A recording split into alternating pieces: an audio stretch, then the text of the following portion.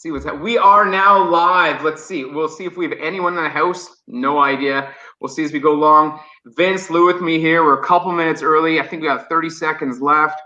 We'll see what's happening right here. Vince, can you see on your screen? You can hear me okay there? Yeah, I can hear you fine. Oh, perfect. Yeah, because I never know if it's just me. Like, what's happening? What's going on? Mr. Furlong, yo. Good to see you, my Australian brother. How you doing? Great to see you. We got Vince here. Vince is ready to go. It's just a beautiful night in the neighborhood for all of us.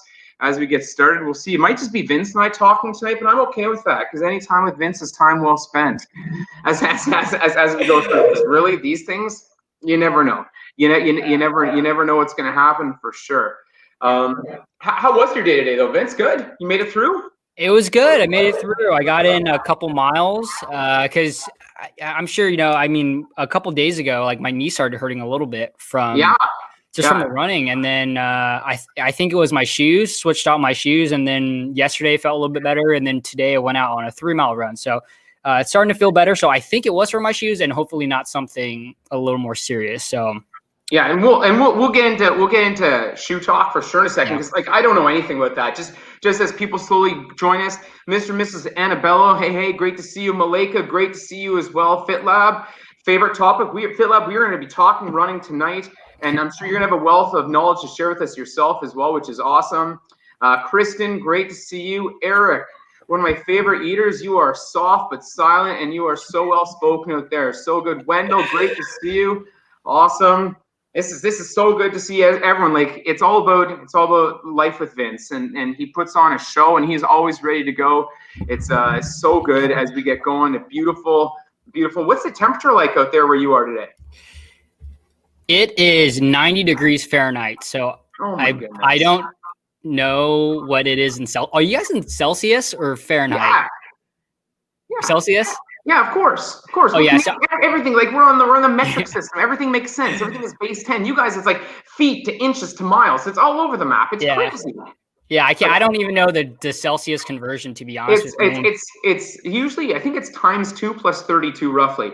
So if you're 90, so it's like that's like 25 times 2 is 50, 80. So you're just under 30 degrees. Like you're hot. It was hot today. Yeah, I'm sweating a little bit. That's why I like to wear black shirts because you can't see my sweaty pits. Oh, I thought you always wear black because you're a big fan of Zorro or like one of those other or Darth Vader. One of those guys. FitLab, yes, where am I? I am in Ottawa, Canada, and today we had a balmy temperature of I think we got up to 10, which is roughly 10 times 2, 20, 52, 53 Fahrenheit. So it was hoodie weather today. Hoodie weather for sure, shorts and hoodie, and so that's where I'm at. For those of you joining us, I'm Brad, myBSlife. I've got Vince Luu out tonight. Awesome. We're going to talk running. We're going to talk weight loss tonight. Vince has done all kinds of running. We're going to get into some of his running journey in a bit. We're going to touch a little bit on the Calendar Club Challenge, which I'd never even heard of until he did it, and I can't even imagine how hard that would be on me physically. Just the ins and outs of that and what it does to your body, just the going. And so, but as we first get started, I want to ask Vince, I want to ask you a couple get to know you questions. Vince, how well do you know your channel? Here's my first question for you. What was your official date that your channel started? Do you have any idea?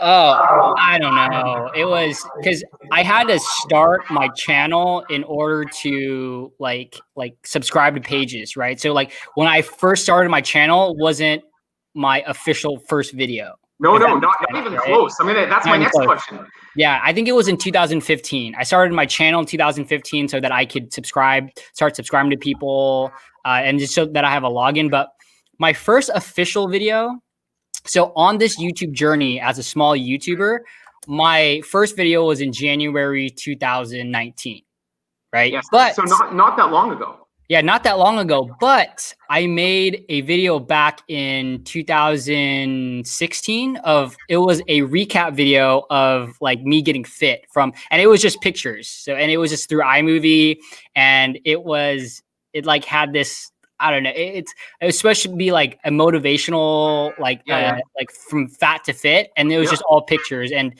a few video clips, but I've been trying to find that video. It's on my YouTube, but it's not. I want to republish it, but I'm not sure if you can republish it. But it's private right now. So I made that video in like 2015, 2016. Because your channel, you first started your channel May 1st, 2011. Oh, 2011. Oh, yeah. That was a long time ago. That's what YouTube says. So like you've been doing this for like technically you've been doing this for a long time, even though really the videos have only been like a little over a year and change. But yeah, like one of my first videos too, because my journey's been a little shorter than yours. I started in like April 23rd, April 24th, just 2020. So I'm a little more than a year behind you. One of my first videos was when I was trying to get in shape. So like I took off like 25 pounds. I basically took pictures as I went through. It was one of those like just a lot of stills going in. And to be honest, a lot of my videos are still very similar as I kind of make this stuff up as we go through. So it's just one of those things that as we go along. So there's Cesar's in the house saying nice hat to you. We had a mention of hockey country for sure. Move with Jen. Fantastic. Great to see you, Jen. Love that you're in the house. Then Jen says, hey, Aaron, it is great to see everyone. Chris is talking at Fit Lab, sneaking while working. Maybe I wasn't supposed to put that note on you. Sorry, Chris. I'm selling you at work right now. No, my video is very similar. Okay, so my other question for you is, your oldest video is like a year ago, but if you weren't filming anything in the meantime, what kind of was your interest? What first started you? Like, okay, we're gonna talk YouTube second. Let's talk your running first, because a lot of people here, like, I've done a little bit of running, nowhere near what you've done. So like, I've run one full marathon and I've run 3 half marathons. All of those are probably like, the most recent one would have been probably like 10 years ago now. Running for distance, I just stopped doing. I've done some 10Ks. You've done an ultra marathon, right? Yep. So what's an ultra marathon for people who don't know? So an ultra marathon is technically anything longer than a marathon. So a marathon is 26.2 miles. I'm not sure what that is in kilometers, but I think 42. It's like 42 kilometers. So anything longer than 26.2 miles or 42 kilometers. So if you run 26.21, it would technically be an ultra marathon, but usually they break it up into certain mileage, right? So it's usually after 26 miles, 26.2 miles, it's 50K and then 50 miles and then 100K and then 100 miles. So personally for me, I've done 150 and then 100 milers. So. That's ridiculous. Okay. When you do the 50 miler, does that all happen in one shot? Or do you take and what about the 100 miler? That doesn't all happen in one shot, right? It all happens in one shot. So it's so there's no nap in there. There's no sleep in there.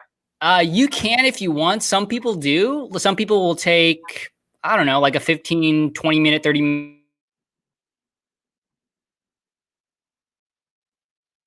This is where we go. This is where we go wrong. It's where we go wrong as we go through. And I think Vince is in charge right now. Vince is doing everything right, and I'm doing everything wrong. And I've got absolutely no control over anything.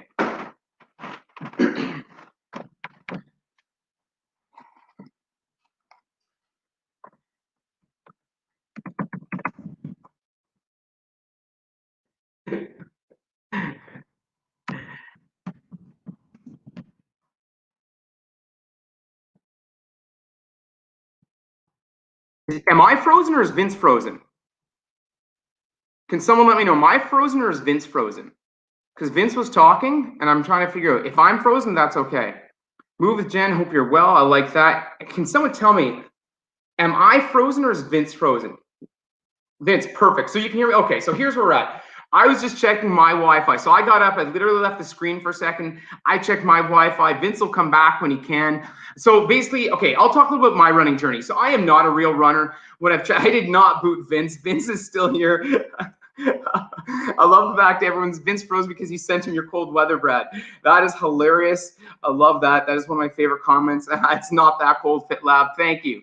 Thank you, Jen, for sticking up for me as we go along. Okay, if anyone else has got a thought on run, ask me. Throw out a question. I don't know what happened to Vince. I assumed it was me because for any of you who were on my last live, I was falling apart there. So basically, my fitness journey has been this. Hey, Jess Kaplan, great to see you. I know, furlong, Vince is gone. I hope Vince is coming back. Vince has got the link. We hope he's come back. Jason, great to see you, my friend, as we go on. This is where, as you deal with live, you never know what's going to happen. So if someone out there wants to join me tonight and you want to talk running, do we have a runner in the house? I know there's a few runners in the house. I will try and drop you a link and we can try and figure out how to get that in, because that would be so much fun. Vince will come back. I feel good about Vince. The other week, it was all me. So the other week I was doing a live as we went along, and we lost some people. Okay, I got Vince back now. We'll see how Vince is doing. I know what happened. That's okay. That's okay. It happens. Are you okay though? Yeah, I'm good. Are you doing okay? Okay, good. Because a lot of us, we were concerned about your health. We thought maybe like all of Vince is running. Like there's no way he had a heart attack on screen for us. Vince, and a lot of people, there's a lot of rumors that the cold weather that we sent to you actually froze you right out. FitLab says Vince was defrosted for sure.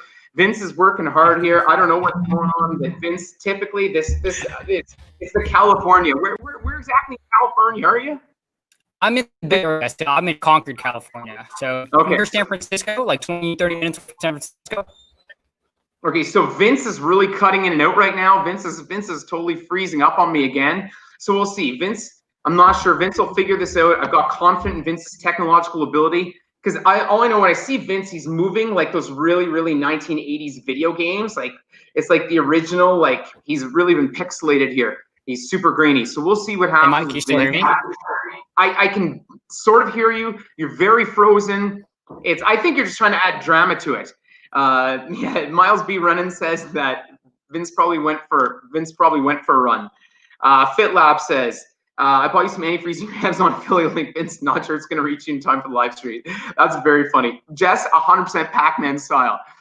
Thanks for joining us, Uzora Gaming TV. Yo, everyone, is great to see you. I love the feedback. Hey, Miles, Francis Floyd in the house. I didn't have a chance to say hi to you before because Vince was talking then. But now that Vince isn't talking at all, we're going to go. So if anyone's got a question for me, put it through. I was going to talk with my running journey is based in this. I ran one full marathon.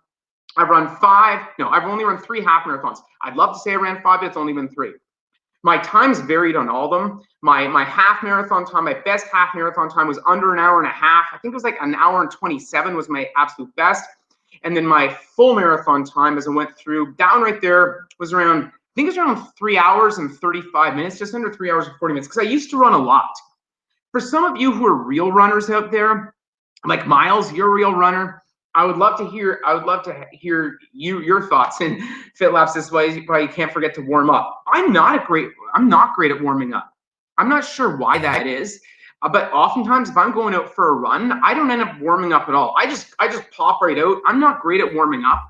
So we'll see. FitLab says you're full of bad dad jokes. That is awesome. Okay, Vince is back. He seems like I don't know. Something's on the fritz.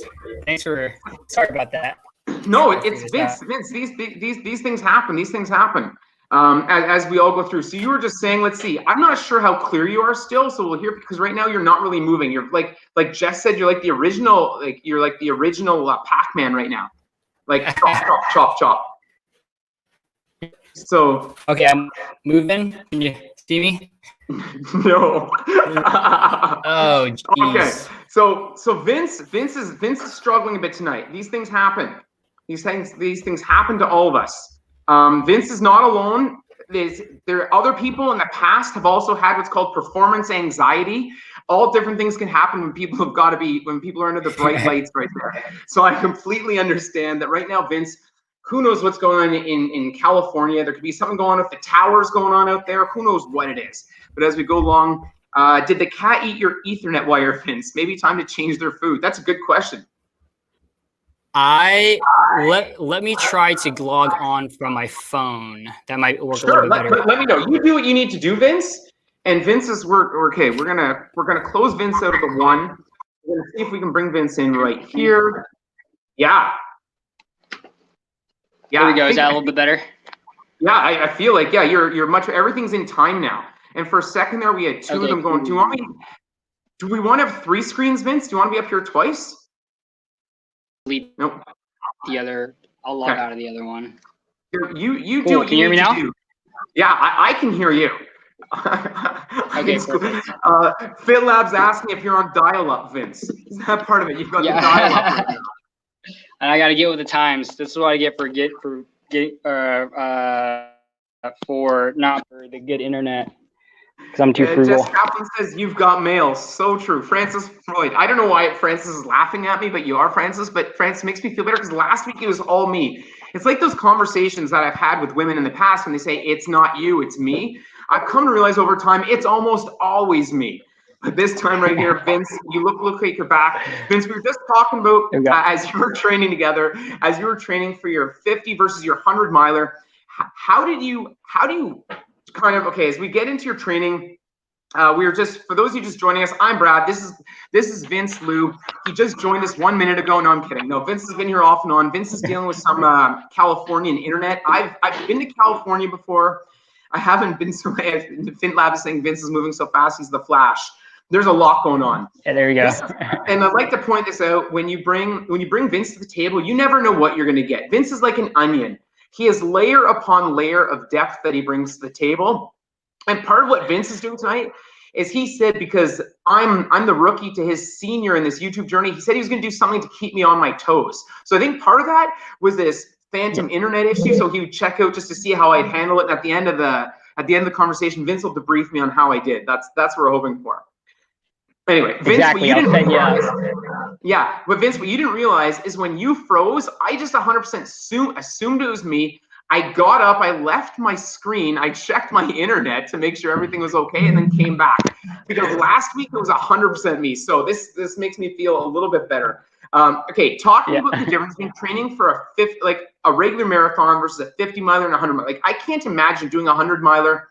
That's just beyond me. When you got off when you were dealing with some technical issues, I talked about the fact that I've done the 3 of them. My best full marathon time was right around 3.5 hours. I'm not a real runner, but for me, I was happy with that. And my best half marathon was just under an hour and a half, which was my goal. Because I don't know about you, but like, I'm competitive with myself more than anyone else. So I give myself a goal. So like, the one was be under 3.5, the other was be under 1.5 hours for the half, and then just kind of go from there. When you were running your longer distances, do you give yourself a time goal, or how do you go about like mentally preparing yourself as you go through? I think for me, it's more of just finishing. That's the most important thing. Because I mean, the first 50 and first 100 that I did, they're my first ones. So the goal was just to finish. But now that the second one, like I have a 50 scheduled for November and then a 100 scheduled for December. I want to beat my times that I had before. Right. So for me, the first time that I ran the 50 and 100, they were more for just to finish. But nowadays, in terms of training, like when I trained for the marathon, it was a very lackluster training program. It was just like, hey, I'm going to go out whenever I can. I'm going to run. I'm just going to run like 30 to 40 miles per week. But now, well, like training for an ultra, I think you can get by for a regular marathon. You can get by with a lackluster training program because it's only 20. And I mean, when I say it's only 26 miles, like 26 miles isn't all that bad. Because you might cramp up, mile 18 to mile 20, right? They say that's when you hit the wall. But I mean, you can walk 6 miles. That's not an issue. But if you start cramping up, in a 50 miler at mile 25, you still have 25 more miles, So it's a little bit different. But with the 50 and the 100 miler, like I approach it the same way in terms of my training. So just to make sure that I get 50 miles for me is a sweet spot. So 50 to 70 miles per week. And then however I decide to break that down, I'll break that down. So for me, the most important thing is the long run per week. So like last week I did 16 miles. And then this week I'll hopefully do 17 or 18 miles. And then I usually like to have a back-to-back with another medium run, right? So like a 17 mile and then a 10 mile, or like a 20 mile and then a 12 mile. And then that's how I approach my training program. And then however, like whatever the miles fall in for the rest of the week, they fall in for the rest of the week. That's 4 miles, 5 miles here, 6 miles here, and oh, Vince, you're freezing up on me again. But one thing I like about what Vince was saying right there is he's laying out the fact he's running 60 miles. So right now, Vince, if you can hear me, we can't hear you. And the fact that you say that it's only 26, so you're frozen right there on screen. Maybe you're going to come back in a second. I like when Miles B. Run says it's only 26 miles. I know when he says it's only 26 miles, that's because he runs 50 miles. And one of those things that I'm curious about asking Vince when he's checked right in with us again, I think he's back again now, is Vince, when you're prepping for the ultras, either the 50 or the 100, what's the longest you run before the race? Because I know when I ran a full marathon, I never actually ran the full 42 kilometers before the race started.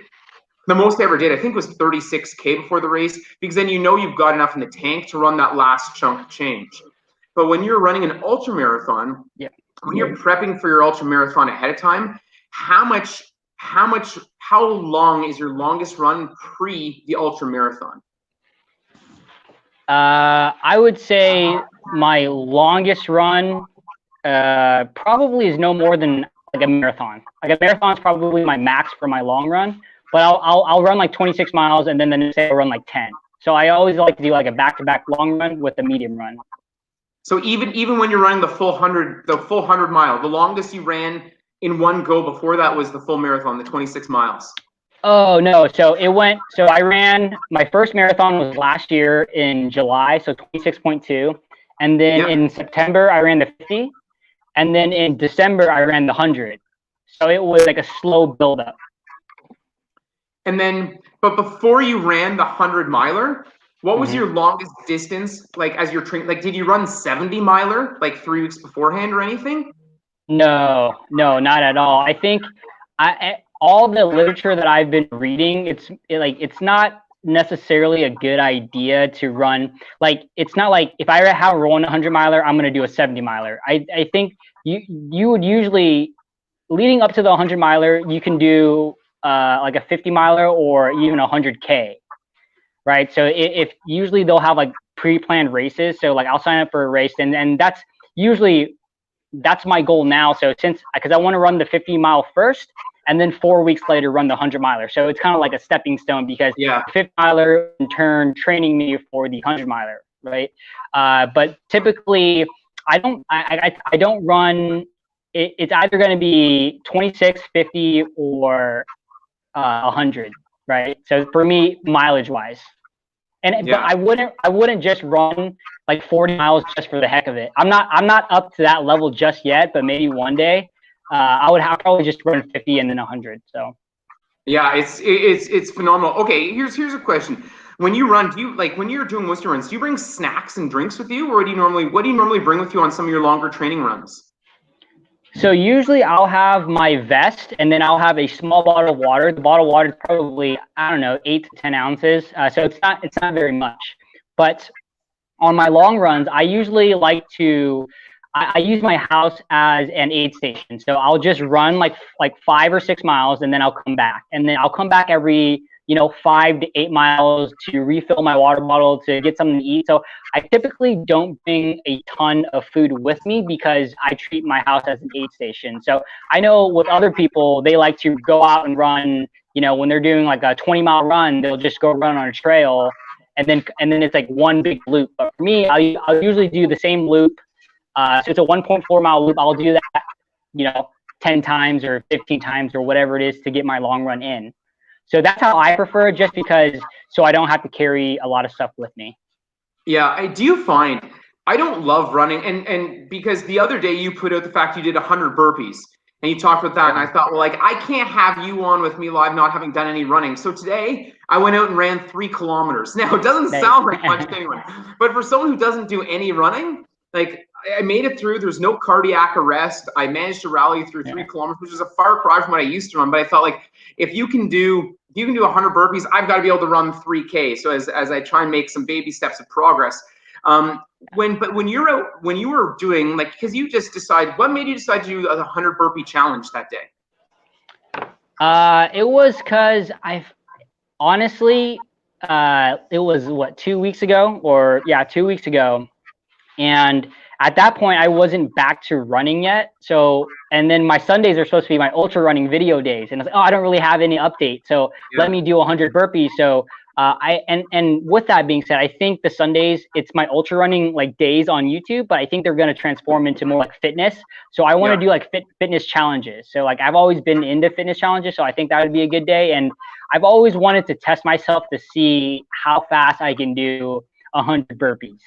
And because I was watching a few videos, and people were getting in like 6 minutes, 7 minutes. Like, geez, that is so insanely fast. So thought I'd try it out, and I was sore for 4 whole days, like 4 Monday, Tuesday, Wednesday, Thursday. I was super sore, like to the point where I couldn't even lift up my shoulder, and I guess it was more of my shoulder than anything. Right. Yeah. And a little bit of my back, but my legs were fine. But it was more of my chest and my shoulders, probably from the push-ups. Oh yeah, because for me, like as someone, like I've done a lot of burpees, like just it's one of those things, like that's the main way that I got myself in shape, just because I just enjoy doing push-ups, it turns out. And you bring up being sore. So tell me this, of all your thumbnails you've done for YouTube, how many of those thumbnails are you either flexing or shirtless? What's your guess? I would say flexing or shirt. I mean, I'm flexing in all of them, even if I have a shirt on. But okay. Somewhere it's obvious. Somewhere it's obvious that you're flexing. I actually counted. I counted how many you've got where you're either shirtless or flexing. What's your guess? Okay, so I think I have like 260-ish videos. So I would say 40. Okay. 40. That's a high guess. It was 26. 26 what I heard. It was like okay. it was the double pump, yeah. Or you were shirtless. So one out of in case you didn't know, Vince is in great shape and he's happy to peel that tarp off every now and then. So if you haven't had a chance to check that out, Vince is in fantastic shape, which is like some of the other things I want to talk. And we've been all over the map here tonight, just kind of as we kind of go through. Before we get into the fitness side of it, the health side of it, as you go along, what would be some advice you'd give to a first timer who's looking at either running like their first ultra or their first full marathon? Like, what would be the 3-piece advice you would say, look, you're getting into running, this is what you need to do? I would say that number one, start off slow, right? I mean, I think there's a misconception that I'm out there like huffing and puffing when I'm running and I'm dying, but that's not necessarily the case. Even when I'm running anywhere from 3 miles to 5 miles to 20 miles, I'm going at a super easy pace, right? So start off slow. So I would say, whatever that you can handle. If you're just starting off running, I would start with a goal mileage for the week. So it could be like 10 to 15. So however you decide to get that, but you should probably break it up into 1 to 2 mile runs, and then progressively add to that total each week, and then also per day. So an easy way to start is just to run 1 mile every other day. So that's what 3 miles, 4 miles per week. And then after it honestly depends, like your fitness level, right? So like if it was you're in pretty deep shape. It's not like you've never done fitness stuff before. So I would say you could probably run 15 to 20 miles per week, right? And then if you wanted to run. Yeah, like for me to go and do 3K today because I had you on, like you were my inspiration. Like to be honest, I could have done more than 3K, but I felt like I just need to get in some kind of run, because if I'm going to have a running talk, I need to have at least run in the past month, right? As we continue on. Miles B Run says he likes that running advice. I do as well. Aaron from FitLab says, my professional take on any extreme challenges is I'm not a fan. You should never feel like death or be in pain doing potential damage to your body during a workout. I agree with the potential damage to the body. The part that FitLab, and we can banter back and forth here as it's different for all of us. But I know sometimes, like even when I ran a full marathon, by the end, like I was sore. Like I was hurting at the end. Yeah. So like, I think anytime you're going to push your body, you're going to go through that level of discomfort. So like, I agree with the fact you don't ever want to do any serious damage. Like if you feel like you're tearing up your knee, like your race is done. But if you feel like, and I've had this daughter, I've had this conversation with my daughter. Some of you guys know I've got a daughter. So I try to explain there's a difference between being sore and being injured.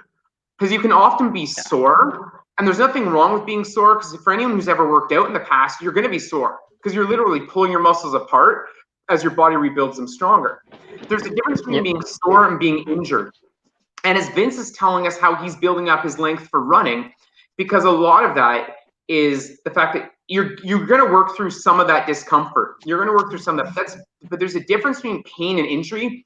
And that's where I think that, and it's going to be, and how Vince treats his body is going to be different than how I treat mine. But over time from doing things, you know your body, and you kind of get an idea of like, this is not good. Like you mentioned the thing with your shoes, the fact you switched out your shoes because you were unhappy with the fact that they were giving you some issues. And you said since you switched them out, it's been better for you. Mm-hmm. Yeah, I think it's important to listen to your body, but I also I definitely play with that line of, hey, this is gonna potentially hurt me, because yeah, I mean, FitLab, Aaron's right, like, because when I do those challenges, it's fatigue seeking, and when it's fatigue seeking, it's like when you try to do your one rep squat or your 1 rep deadlift, you're literally on that line of not being able to do it. So you're pushing your body to a certain point to where if my legs can't get up that squat, other parts of my body will compensate, so that it kind of puts me in danger for like injury, right? Or for me be able to hurt myself. So I definitely play with that line a lot more than I should, but I also will listen to my body to where, okay, on like a regular training run, or like just on a regular day, I would not push myself to that limit, right? Unless I'm doing like a challenge, like when I did 100 burpees, like that was okay. This is for the challenge for the sake of it. But if I'm going out and running, like the other day, like a few days ago, my knee started hurting a little bit, and I looked at myself. Okay, I was like, today is a long run. I have 16 miles to run. I was 2 miles in, and I started feeling a little funky in my knee. So I came back because I felt this pain before, and when I had over mileage shoes. So once I switched out my shoes, my legs started to feel better, right? There was still a little bit of stiffness in there, but once I switched to my other pair of shoes, I started to feel better. And I don't wear the other pair of shoes often because I don't like how they feel in my forefoot. And that's why I always choose the first pair that I was using. But the first pair I was using, since I use them so much, they're obviously over mileage. And that's how I know, okay, I got to switch out my shoes. And then I felt better since. So. No, and it makes, and we've had, and it's great because like a lot of people in the chat are commenting on this, like Kev from Purpose Driven is in the house. Great to see you, Kev. He was mentioning the fact that it's something that piggybacking what I said, but the fact he says, knowing the difference between sore and injuries is huge. You can make or break you. The more you learn about your body, the better off you'll be. And move with genders right in there too. There really is a fine line between pushing yourself too much and injuring yourself through pushing through the pain. And I think a lot of us in this fitness community, like we do that. Like I know I'm 100% guilty. Like I for sure push myself too hard some days where like after I'm feeling it. And sometimes I'm my own worst enemy when it comes to these things because I know like I've given myself a goal.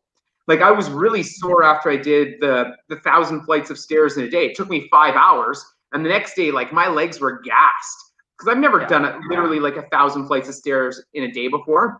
But it's one of those things where like I'm just so stubborn where like, should I have quit sooner? Maybe. My legs were sore, but was I going to quit? No. Yeah. And I'm also guilty of not properly stretching and warming up ahead of time. Like, do you normally do like a full warm up before you go for a run, or you just kind of lace them up and head out the door? I lace them up and head out the door. I mean, I'll stretch like for like 30 seconds, but then I'll usually run 2 miles. And then if I'm feeling really stiff, I'll pull to the side and then do some leg swings and then just like crouch down into like a squat position so that I can stretch my hips. Because for me, the only parts that are really stiff are my hips. So I'll usually just stretch out my hips and then I'm fine. But I've never had a huge issue with like injury, I guess. Well, besides like my knee now, but other than that, I've never had like I've never stretched before. So, and it's never hurt me to the point to where I feel like I need to, but it always feels good when I do, when I'm injured. But I should definitely do it more, but I don't. Yeah, and I'm this is bad. Like when I go for a run, and I'm to be honest, I'm trying to get back into it because like winter here, it's snowy, so like a lot of times I can't run outside because literally the ground's covered in ice. You've got no traction, right? So it's tough as you go around, which isn't a problem you deal with. But for me, yeah, I've never really warmed up before I go. I'll start out slower, then slowly my pace will pick up. That kind of becomes my warm up, as maybe unhealthy as that is. Okay, I was going to ask you. Okay, a couple other things about running before we move on. What's more important? Typically, your pace or your distance? My distance. Your distance, yeah. Yeah. Okay, distance for that one. Okay. Do you have a favorite app you use when you're running, like for training? I don't have a favorite app, but I use it's my Garmin's connected to Strava, and Strava's not necessarily my favorite app to use, but it's the app that I use, right? Because everyone, Strava, for those of you who don't know, it's kind of like a Facebook for runners, and everyone posts all their runs on there. So if you're not on Strava, then it's like if you don't post your run on Strava, it's like it didn't happen type of thing. So I use Strava for all my runs, but just because it's interconnect, because it automatically, when I'm done with my Garmin, it automatically connects to Strava. So okay, so no, I like that, because a lot of people, they're just trying to figure out what app to use because they want to track. And for me, like I know the regular distance as I go around. So for me, it's nice. Running myBSlife, good to see you. Miles B Running says, after being injured a couple times, I've learned to walk into dynamic stretches for at least 5 minutes. Yeah, and as you learn your own body, that's really important. Kevin Purpose Driven says, times I've been hurt or injured came from me not warming up properly before playing basketball. Basketball is very different than just going for a run as well. Because basketball, for non-competitive sport, there's a lot of bumping, a lot of hitting people. Like, there's a lot of contact. And the other thing that's different between basketball and running is very linear. Whereas basketball, there's so much side-to-side, full extension of your body as you lean one way or the other. So it really does change things when you're playing basketball as opposed to running. Whereas running is not that it's more robotic, but it's certainly very different. Like than when you're playing basketball. Hello everyone. Great to see you. Fit Lab makes a comment in here. Tendonitis is very common overuse injury. Yeah, that's why I'm saying check your ego at the door is the key to wanting to achieve safe and effective workout, achieve your goals without injury. 100%. And like I'm as guilty as I think Vince, from the sounds of it. Like, sometimes my own stubbornness, my own ego gets in the way.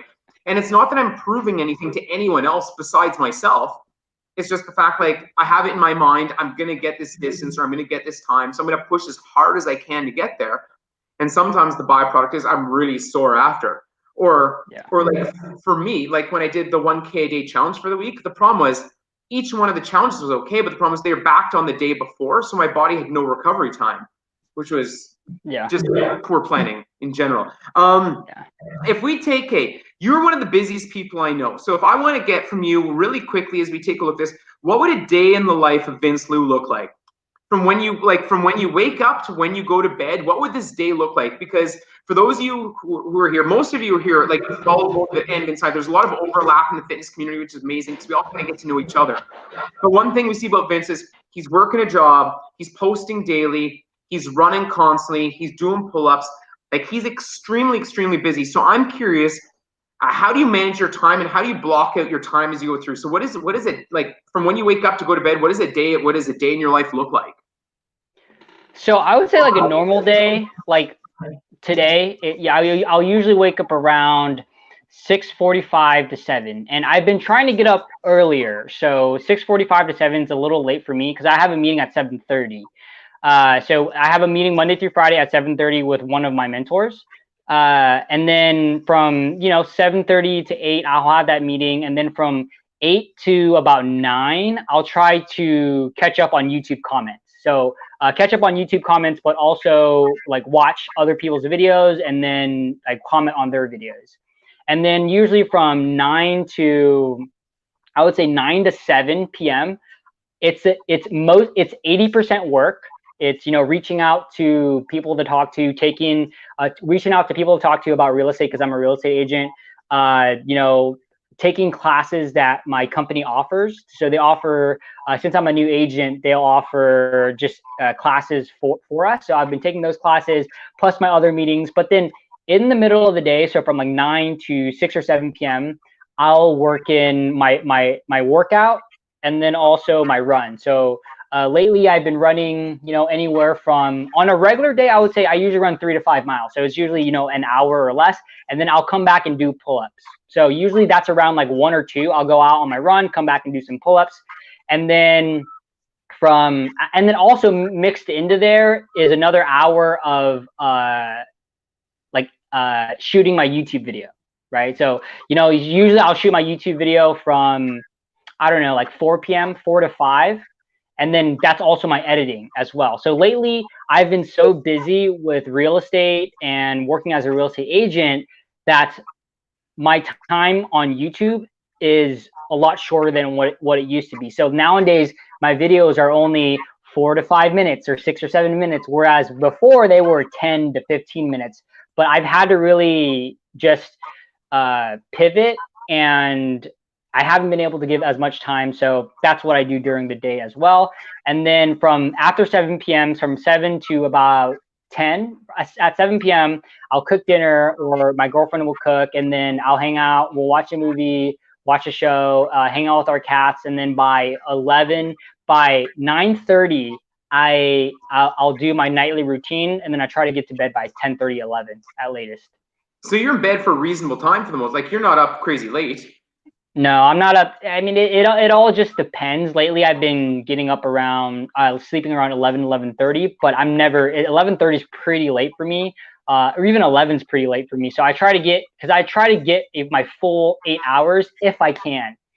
Because for me, with all the exercise that I do, if I don't get at least 7 hours, I'm completely crushed. And even when I get 7 hours, I'm still crushed. And if I get 8, it's like, okay, I have a lot more energy, and I can feel it on my body when I don't get enough rest. Yeah, I can't, and like I can't remember the last time I got 8 hours sleep. Because for me, like, my days are very different than yours just by life. But I take a look at it and I think like YouTube alone, like, for me to try and stay on top of comments, and I don't post nearly as often as you, is really challenging. So like, as we kind of like slide into like your YouTube journey, and like, because you're like, for those of you who don't know, like, if you have a chance, I press play on one of Vince's videos. He's only 40 hours away from being monetized.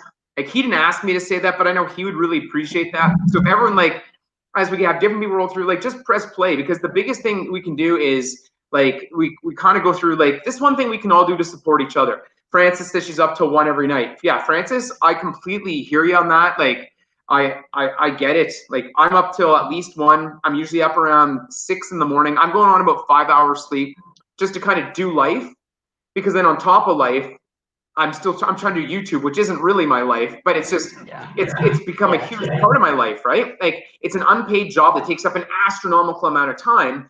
And so you're trying to like give to other people what they're giving to you, because like, really, like, we really do. And I don't say this, like, we really are fortunate. We've got this amazing community where there's probably like an overlapping group of people through all different channels. We're all able to support each other and kind of encourage each other along. So I know, like, watch hours for Vince, he's about 40 hours away from being monetized. It'll be so great for him once he's monetized, because then, for those of you who think it's a lot of money, it's really not. I had Kevin K on a couple weeks ago talking to me live, and he's like a YouTube analytics guy. So if you haven't had a chance to check that one out, watch it. It's like, it's pretty cool. He talks for an hour. He click-through rate, watch hours, and what you make. So in the end, Vince, by getting monetized, is probably going to make around $8-10 a month off being monetized through AdSense. So it's not a ton of money, but it's more one of those things where it's a positive reinforcement of what he's doing, but then there's other things that come along with it. So the actual AdSense revenue, from what I've seen, is not a ton, because for every 1,000 views or every 2,000 views, it's like $2 or something. It's really low. Like, so like, you're talking like, and you've had a few videos that have got a ton of big hits, like some of your BJJ stuff. So like, those would be like ones where you'd make a good chunk of cash off those. But for a lot of them, for a lot of us small YouTubers, we don't have those ones. We're getting like in the thousands of views on them. We're hitting like 300, 400 as we go through. So like, we take a look like right here, FitLab saying, or my YouTube videos, it makes 100 hours to edit now. Yeah, that's crazy. 100 hours to edit. Like, I can't even imagine that. We got Kevin Purpose Driven. He was up until 3 a.m. on Saturday for my friends. Today I was dead. I don't know how you do it. The life is over for me. Yeah, it's huge. It takes so much out of you, because you're trying to balance time for you, Vince, with your girlfriend and your family and your life, so that they understand they're really more important than a lot of this other stuff we're doing. But then you're also starting a new career, which takes, and the expectations for you, correct me if I'm wrong, but they're high. What they want from you, like, their demands are high, but the results for you and the gains for you will be really high as well. So it's like putting in that hard work at the beginning, right? Yeah, I think, well, with real estate, it's you control your own destiny, right? So there's a lot of people that work part-time, but I'm trying to imagine myself working part-time as a new real estate agent, and I don't. It's just so much to learn. And I would say it'd be really hard for me to learn real estate if I was to do it part-time. But the good thing is, I mean, I'm doing it full-time, so I'm learning pretty quickly. And it's exponential pretty much every single day of everything that I'm learning. So, but yeah, it's expectations, not in the terms of the company has for me, but it's more of me for myself and also for my family, right? Because like my parents, they not expect, but they just want the best for me. But they also know that they also know my personality of like, hey, I'm a grinder. So they want to see me succeed as soon as possible too, right? So. Because a lot of what you've done in YouTube would carry over to real estate, right? Because a lot of this stuff in YouTube is all like you put in the hours, you reply to comments, you make comments, you're trying to build a brand. And correct me if I'm wrong, but in the real estate world, you're doing a lot of the exact same stuff where you're putting in hours, dealing with clients, building a brand. Because the brand is you. Like Life with Vince Lou is your brand. And now you're going to carry that over to your future profession here. Yeah, I think there's a lot of overlap. I mean, imagine, I mean, we were both once there, right? When we had 0 subscribers and we didn't know what we were doing on YouTube and we had to figure it out. And I think like resourcefulness, that's one of the biggest commonalities that I see, you know, with YouTube or with really anything that you want to see in life, because there's a point in which you don't know anything about what you're about to do. And it's your job to figure it out. And with real estate, it's kind of that same way of you have to ask questions, you have to figure it out, you have to put in the time. The more time that you put in, the faster you're going to learn, right? So, I mean, for us, we come out with a couple of videos a week. Just so you know, Vince, you're cutting in and out on me again. You're going all choppy. You're pixelating. Just give it a second. You seem to come in and out. I don't know what's going on in California tonight. Maybe it's the way the wind is going. You're crystal clear there for a bit. And then all of a sudden, like we've now you're back again. It's funny, but now you're good. Okay. Yeah. It's one of those things. But yeah, like you said, it really is going to come down to the time you put in. Like I'm excited to see how your channel, because now your channel is really morphing over time, where you're seeing like you're mixing. Have you considered starting a different channel for your real estate stuff, or you're trying to keep them all in the same channel? I think for me, I don't want to start a new channel because it's just going to be a lot more work, right? I would rather just have everything on one channel. Plus, this channel, this whole YouTube thing, it's more of a passion project, and because I like doing it, not necessarily I want to make millions and millions of dollars from it, right? So I think I'll have my real estate career, in which that's my like breadwinner. That's where I'll be making like my money from. But all of this is fun for me, and that I don't want to do another. I have to go through all that over again of, oh, I have to make like 1,000 subscribers or like 4,000 hours. And like for me, it's everything that I do on my channel, it's literally what I'm up to. So I figure if people buy into me as a person, you know, then it doesn't matter what content I come out with. I honestly also don't expect everyone to watch all of my videos, right? So just pick and choose whichever one you want to watch. So if you don't like real estate, don't watch my real estate videos. Or if you don't like jiu-jitsu, don't watch the jiu-jitsu videos. So, but for me, it's just me documenting my life as it is, as I'm going through it. Yeah, and I completely appreciate that, because for yours, you post every day. There's no way I can see them all. But one thing that you captured my attention is I like Vince the person. So because of that, I like knowing what's going on in Vince's life. And I think that's for a lot of us, is as we get to know each other's personality, like this is someone who I could, like, if we lived in the same city, I could hang out with this person. So it's kind of get the idea where you kind of get to know them. Like, so for me, I often don't watch the BJJ stuff because like I'm not a martial arts guy. It's just not my world. But like some of your other videos I find fascinating for all different reasons. Like I love the different things. So as we go through, it's kind of neat. Like for me, I've said to people, like when I started doing the BS banter videos, that's just my other quirky side. Like I'll sit down and try to eat 5 KFC sandwiches in a parking lot. Like this is just something that I'll do. Or I'll go talk about the seasons changing, or I'll go to an apple orchard, or whatever the case may be. No.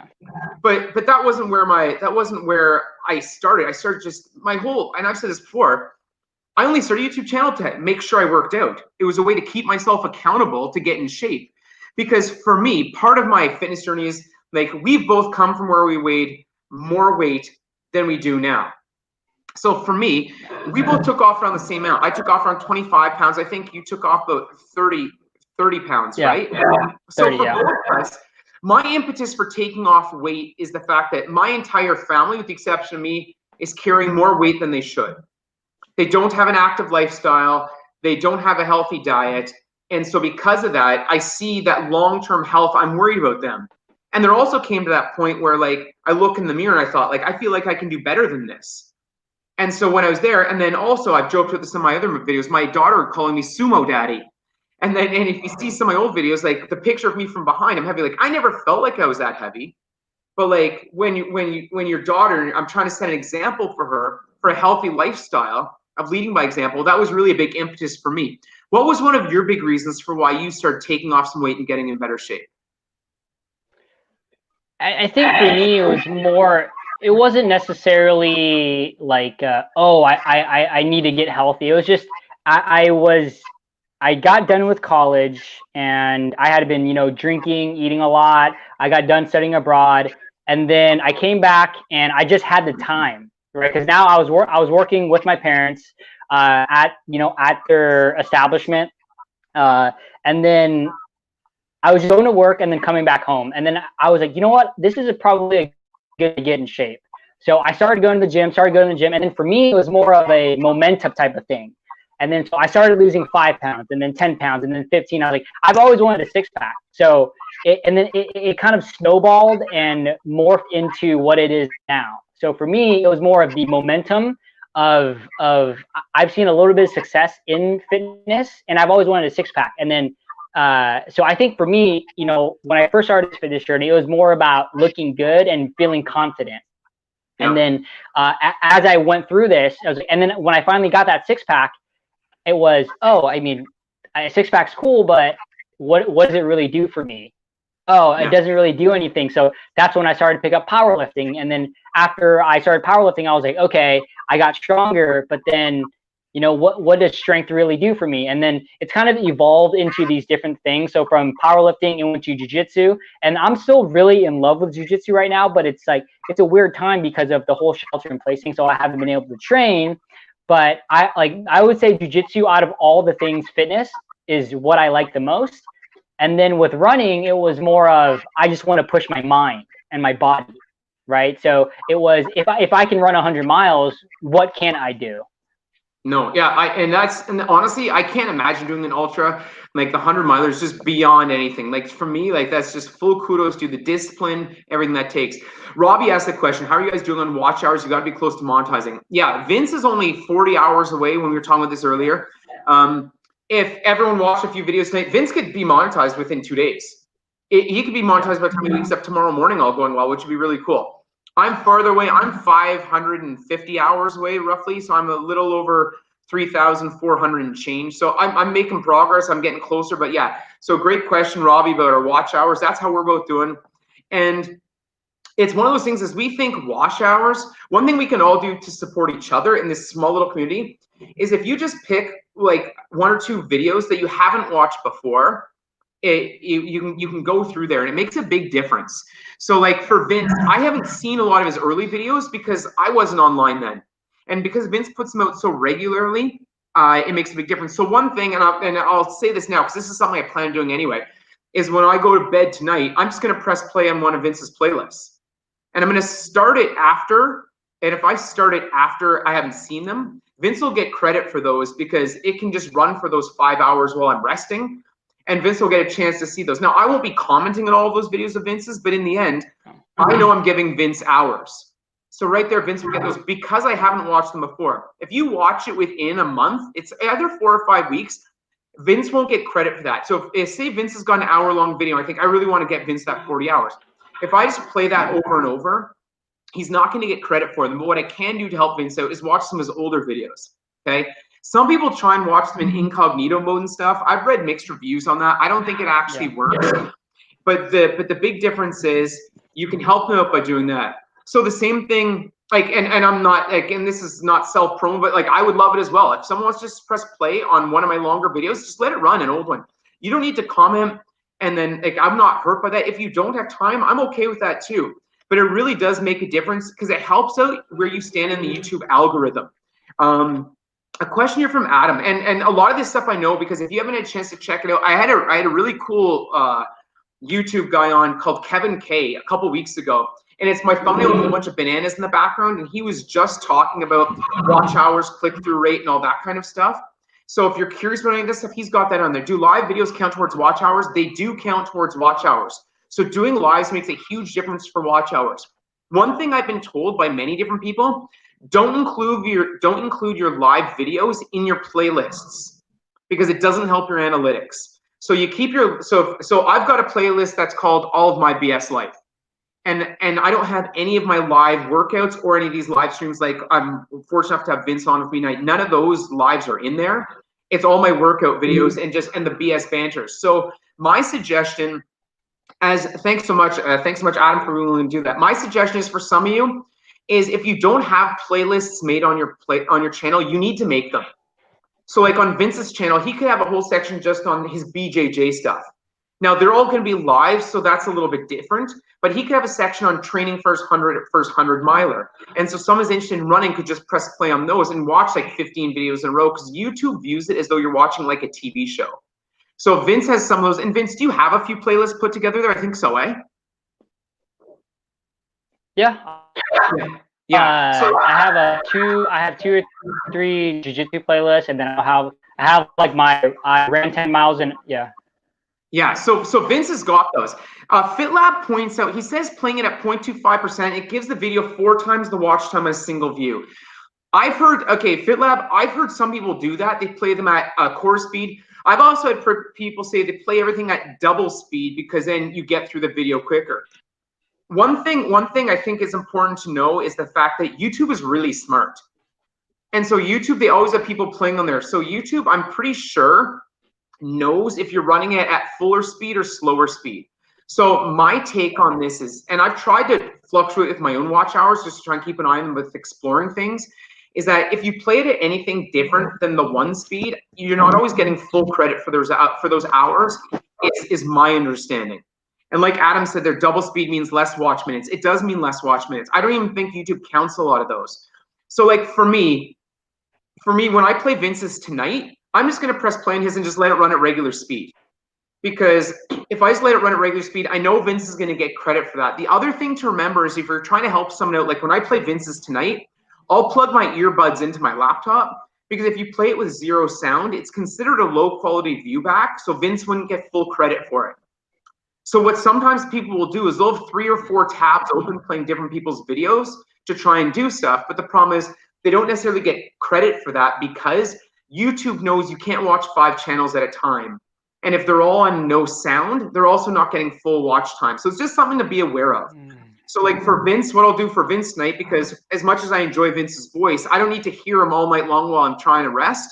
If I plug in the earphones, Vince will play at regular speed. It'll go through. Vince will get credit for 5 or 6 hours, whatever I'm down for. And he'll have 5 or more towards that. So some of you track this, especially as you know other creators, like people don't know this about Vince and I. Like Vince is the first ever creator I've ever spoke to. There were months and months ago. I can't remember what point it was. Vince and I we chatted on Zoom, and we just had a chance because we were asking each other questions about SEO and things like this. And to be honest, I was so early on my YouTube journey, I had no idea. But based on what Vince was saying, I was doing something right then, and I didn't even know it. And it was kind of embarrassed to tell him, but like it was a compliment from Vince because we had a chance to cover some of this stuff. So Vince is like, so when I look at Vince right here, it's one of those things where like I look at Vince because he's got a wealth of information, a wealth of knowledge. His channel is so positive in so many ways. He covers so many things, and his consistency and dedication. Like if you're one of the people who's watching here because of me and you haven't a chance to check Vince's channel out, like Vince offers some amazing things on there. And Adam's question right here, if a bunch of people did this at the same time, would YouTube notice? Adam, I'm not sure what you mean. If a bunch of people press play on Vince's video at the same time, would YouTube notice? YouTube's okay with that. If everyone decides to play Vince's video at regular speed with regular sound, Vince gets credit for all of those. But if Vince has like 5 devices in his own house all playing them at the same time, Vince isn't going to get credit for those because YouTube can track the IP address and they all bring it back. So Vince isn't going to get credit for those hours. But if different people, especially like Vince is across the continent, like I'm in Ottawa, Canada, which is very East Coast. Vince is very West Coast in California. So we're very different IP addresses. So like it's one of those things, as we get to know each other around the world, you're able to help support each other as you go through. Adam means for playlists. Yeah, you can just press play on the playlist, Adam, and that totally does help. It makes a huge difference because then it ranks you higher in YouTube analytics. And the analytics, as you know, oh, he's saying letting it run all night. Yeah, you can let it run and it counts because there's nothing to say that you're not watching videos from 1 a.m. till 5 a.m., right? And then you sleep all day. Everyone works different hours. Everyone lives different hours as you go through. But if you're running things at 2 times speed or half speed, that's not how normal people watch. So YouTube tracks how normal people watch videos and don't watch videos as you go through. FitLab says if you watch more than one video at the same time, YouTube recognizes that you're not actually watching the videos. Yeah, thanks, Aaron. That's what I mentioned earlier. So if you're someone who's got 5 tabs open because you're trying to be efficient, you're being efficient in one way, you're getting glimpses, but YouTube knows what's going on. If you're trying to do more than one thing at a time, what you need to do, my understanding is you have to have different browsers. So you need to be using like Safari, Edge, Chrome, Opera, Brave, one of those different types of browsers, because that's different than just having different tabs open. But the same thing too, if you're all logged in as your same account, YouTube knows you can only watch so many things at a time.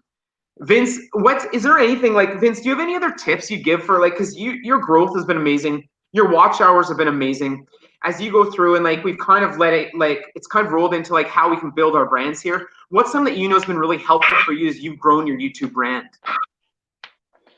I think one thing that's really helped in the last few weeks is just number one, live streams, right? Like live streams really help, just like this one. Just because number one, they give you a ton of watch hours, but also it helps, I feel like, with public speaking, because when you're recording your regular videos, you can edit all the pauses out, right? But with a live stream, you have to go straight through and you have to work with it, with whatever presents itself. Like today, when things were going awry with my internet, like you had to work through that. So I feel like for me, that's really helped out, just because it's helped with just my delivery of my presence, and then just like my speaking abilities. And then I would say, and then number two would just be whatever schedule that you decide to do, stick to that schedule. So if you want to do 3 times a week, do 3 times a week, but don't do 5 days a week and the next week do 0 and then the next week do 2. Right? So you want to stay on a consistent basis. So for me, I do daily videos, but if I wasn't doing daily videos, I would stick to the same days. So like Monday, Wednesday, Saturday, or whatever days that I decide to do. So if you're first starting out, I would say that's probably one of the most important as well, just to put content out. And I've also had a lot of people reach out to me. It's like, hey, I want to start a YouTube channel. And they're like, how do I start? They want to know like all the nitty gritty. It's like, you don't need to know all the nitty gritty, just start and you'll learn, right? It's just like put a video out, and then once you put the video out, you'll learn the analytics, how to read the analytics as you post more and more, but also you'll learn how to make a thumbnail. You'll learn how to do a description, your tags, your SEO, everything's going to fall in line. So for those of you who want to start, just start, put videos out, and then figure it out from there. Yeah, I completely agree with Vince. Like as you go through, your videos are all going to be a little bit different. Like mine have changed over time, some ways for the better, some ways for the worse, and you always deal with different things. Yeah, perfect. Kevin Purpose Driven says just take action. I 100% agree. Pardon me. The one thing I would suggest is, and I've had this conversation, and last week when I did a live with a couple weeks ago with Kevin Francis, who were kind enough to spend some time with me, the one thing we said is just don't take time off. My suggestion is, if I'm giving one piece of advice to people, is like for me, I'm gonna have to change the way I post my schedule. I'm not gonna be able to continue doing 3 a week. I just can't keep up with everything. So what I'm gonna start doing is doing 2 a week, a banter and 1 worker every week, then every second week working a live. Just because for me, I wanna make sure I can keep it going, but I also have a vision in my head of how I can do it right. And for me, a big part of that is I've been working so hard on building a community that I don't want to just give up on that community by not replying to people's comments and not being involved in their life, which is what's happening where I'm struggling, where I'm only getting 5 hours of sleep a night because I can't stay on top of stuff, right? So it's too hard. My one piece of advice, piggyback on Vince's, is just post. Post something every week. Have a schedule. You want to get a one piece of content a week. And I don't think I'm throwing Frances under the bus here. When Frances and I were talking, she said she noticed noticeable difference when she didn't post for 1 week, coming back the week after. She said it felt like to her like people had forgotten about her. Now, even though that's not true, we all know people have so many things going on in their life that by becoming a consistent part of their life, we understand that you stay in there. Whereas if you go on a hiatus, it makes it challenging. And we're all going to go through these times where we're feeling like I felt fatigued through YouTube, or like burned out a bit on YouTube. And you kind of have to go through that. Like, Vince, I can only imagine, like, I'm sure you've dealt with some of this at points too, right? With every single day, that's like an ultra marathon itself. It's such a grind, because how many days in a row have you been doing this now? My first day was March 16th. So it's been a little over 7 months, right? So 220 days or whatever it is. So yeah, and that's why, you know, if you're a long-term subscriber, for me, it's sometimes I have those videos are just to continue my YouTube streak, right? Because literally I'm so busy that day, but my streak is important to me. So I got to put out what I got to put out. And you know, this gets into the whole other conversation of quality versus quantity, right? And then for me, I want to stick to quantity is important to me, but also my quality. I wouldn't say that I disregard quality. Like whenever I can, I'll make good quality videos, or if I have extra time, I'll edit a little bit more. But for the most part, I'm playing catch up, because every day, the day that you see my video is the day I made it. I never make it beforehand, right? So today's Q&A video on my channel, I made that today, a couple hours before I posted it. And so for me, sometimes the day gets away from me, and then now it's 5 o'clock and, oh, I don't have a video out. Shoot, I got to put something out. So I'm going to just, do like a quick pull-up video, or like, hey, here's a video just to continue my streak. So, no, I mean, it is what it is, what it happens. So. No, but I agree. Like, it's a full, like, what you do is tremendous, just day in, day out. It is so hard to put in that time as you go through. And I'm with you. Like, I don't spend a ton of time editing. I just don't. I don't have that in me. I don't have the know-how. Like, and I joke with the fact, like, I do everything on one take. So when people see the BS banters, or like when I do a workout, I'm like, oh, and I literally pause, like last week workout, like, what was my workout gonna be today? Because I have no notes. Everything's wrapped around up here, and then I do a workout.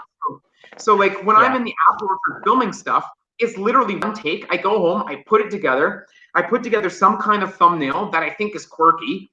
And then from there it goes. But I know, and this, I think, and this is a conversation for a whole other night, but I think, Vince, this is why some people struggle with live streams, because they're used to being able to do 5, 6, 10 takes. Whereas live stream, as you know, like, we don't get that. Yeah, no. Like, so when you're doing and when you're doing a live stream, and as you know, because you've done many of them, and when you have different people on, if you're with someone, and different people can handle a live stream different. So like you're like, and it compliments you, you're a super easy guest to have, because I can just let you talk. Yeah. Because you're comfortable with the mic, whereas other people, you know what it's like, you're trying to pull those questions out of them. So like, if anyone else has got a question, I got 3 minutes left. I'm gonna let Vince go, because I told him I'd be respectful of his time. He's had a super busy day. He probably hasn't even eaten yet. Adam asks this: hey Vince, would you ever pre-make videos in case you can't upload, or is that against your overall strategy of documenting yourself daily? Great question, Adam. It's not against my strategy. I mean, for me, it's more of, if I can make those videos, then I'll definitely make them. But because how it was before, because I was more vlog style, right? So it was like documenting my daily life. My videos have really transformed, because before it was, 5, 6 days a week, it was more vlog style videos. But then now it's every day, it's a certain topic. And it's not necessarily, I'm not against it, but I'm literally trying to play catch up right now, and so that I can get those videos out. So like, some of my jiu-jitsu videos aren't made the same day, because lately I've been working with my professor, and then also one of my friends. Is I'll record that, and then I'll wait, like, I'll usually record the day before or the week of, and then I'll post it on the jiu-jitsu days.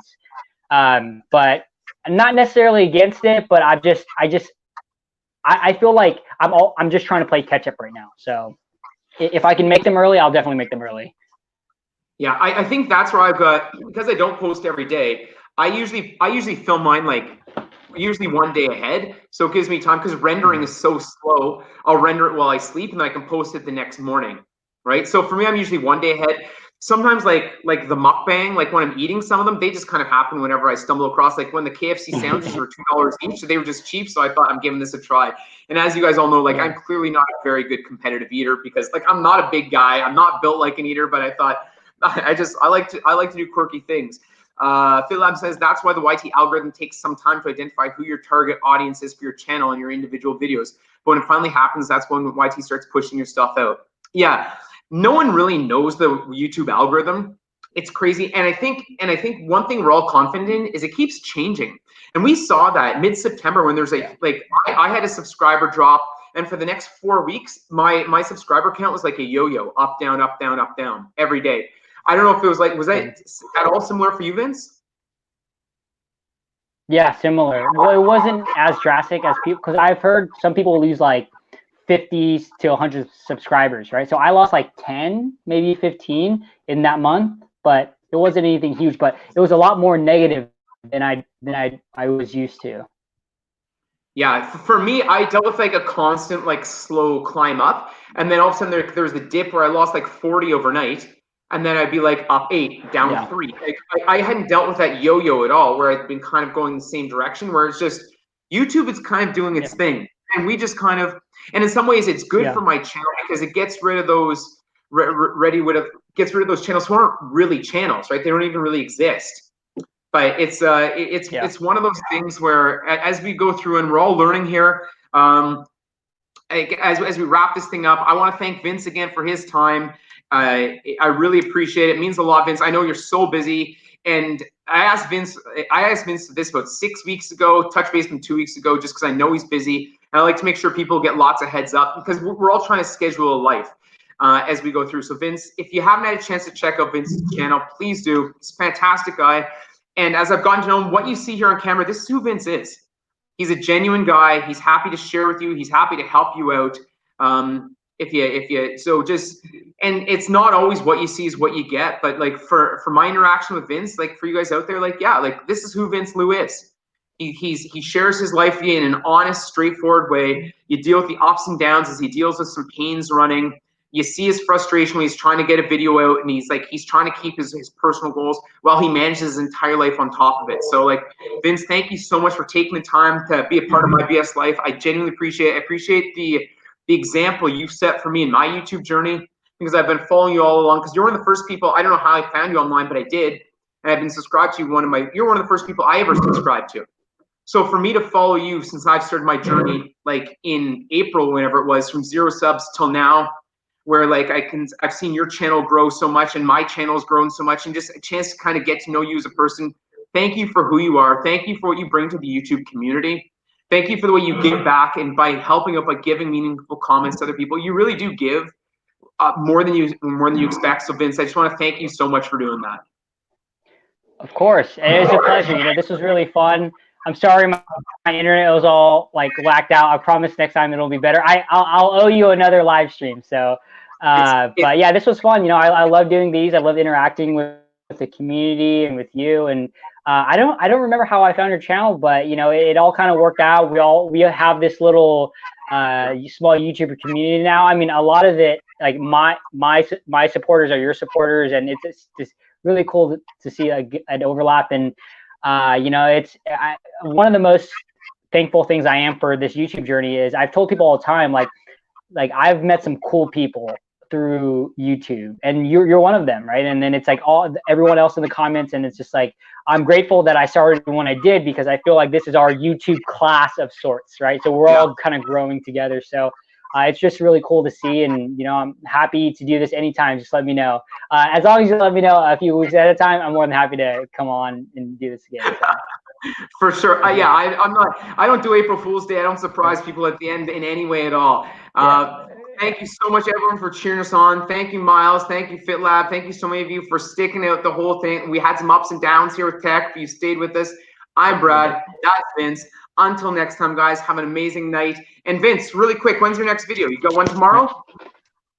I have a live stream tomorrow. I don't know what topic yet, but I'm gonna post like schedule it tonight, and then I'll think about a topic, and then tomorrow 5:30 p.m. Pacific Standard Time. There you go. So 5:30 Pacific Standard live tomorrow with Vince, and he's gonna put out a personal guarantee his Wi-Fi will be working better tomorrow at 5:30. That is his fingers on. Guys, thank you so much. Have a great night. I'm Brad. That's Vince, myBSlife. See you later, guys. Take care.